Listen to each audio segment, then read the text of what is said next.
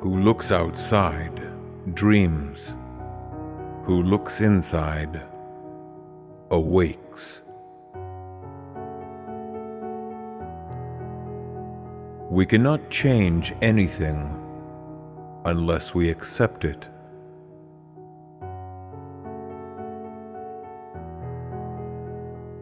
There is no coming to consciousness without pain.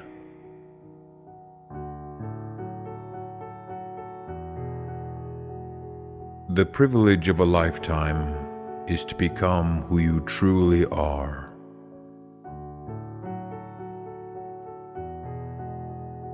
Everything that irritates us about others can lead us to an understanding of ourselves.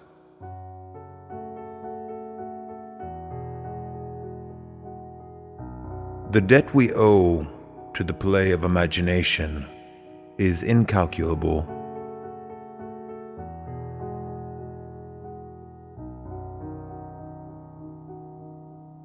The greatest tragedy of the family is the unlived lives of the parents.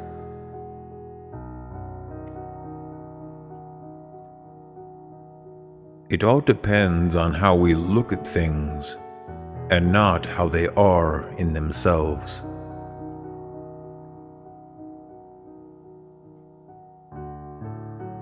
Often the hands will solve a mystery that the intellect has struggled with in vain.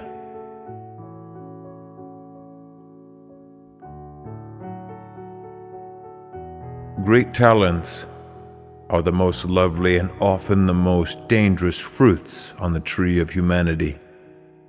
They hang upon the most slender twigs that are easily snapped off.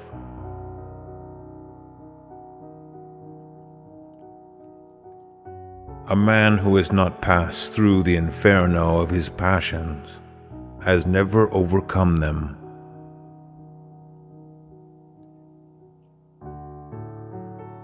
An understanding heart is everything in a teacher and cannot be esteemed highly enough.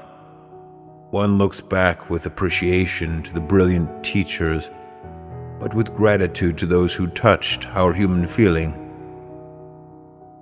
The curriculum is so much necessary raw material, but warmth is the vital element for the growing plant and for the soul of the child.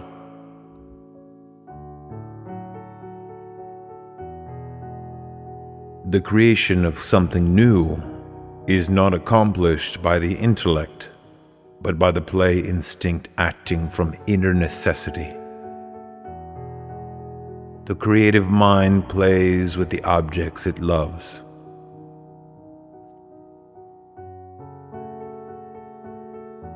Where love rules, there is no will to power, and where power predominates, love is lacking. The one is the shadow of the other.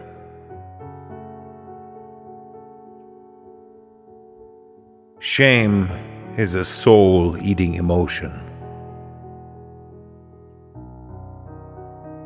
The rational attitude which permits us to declare objective values as valid at all is not the work of the individual subject, but the product of human history.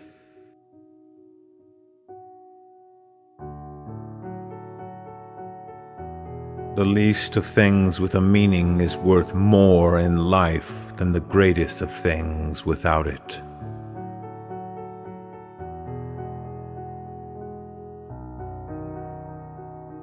To me, dreams are part of nature, which harbors no intention to deceive, but expresses something as best it can.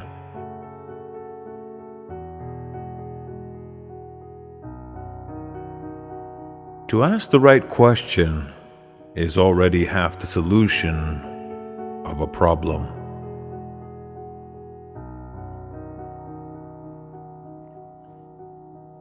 The capacity for directed thinking I call intellect. The capacity for passive or undirected thinking I call intellectual intuition.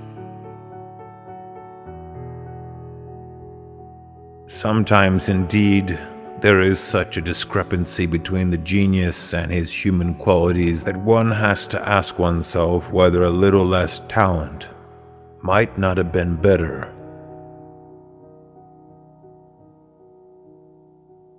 I have always been impressed by the fact that there are a surprising number of individuals who never use their minds if they can avoid it, and an equal number who do use their minds, but in an amazingly stupid way.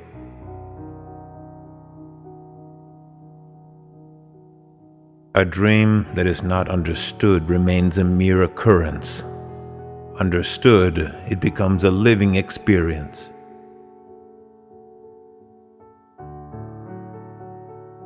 A special ability means a heavy expenditure of energy in a particular direction, with a consequent drain from some other side of life. We should not pretend to understand the world only by the intellect. We apprehend it just as much by feeling. Therefore, the judgment of the intellect is, at best, only half of the truth, and must, if it be honest, also come to an understanding of its inadequacy. If a man knows more than others, he becomes lonely. I regret many follies which sprang from my obstinacy, but without that trait, I would not have reached my goal. I shall not commit the fashionable stupidity of regarding everything I cannot explain as a fraud.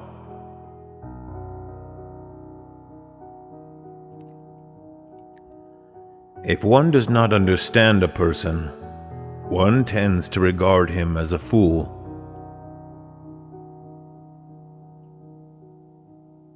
Until you make the unconscious conscious, it will direct your life, and you will call it fate. Nobody, as long as he moves among the chaotic currents of life, is without trouble. Every human life contains a potential. If that potential is not fulfilled, then that life was wasted. The bigger the crowd, the more negligible the individual.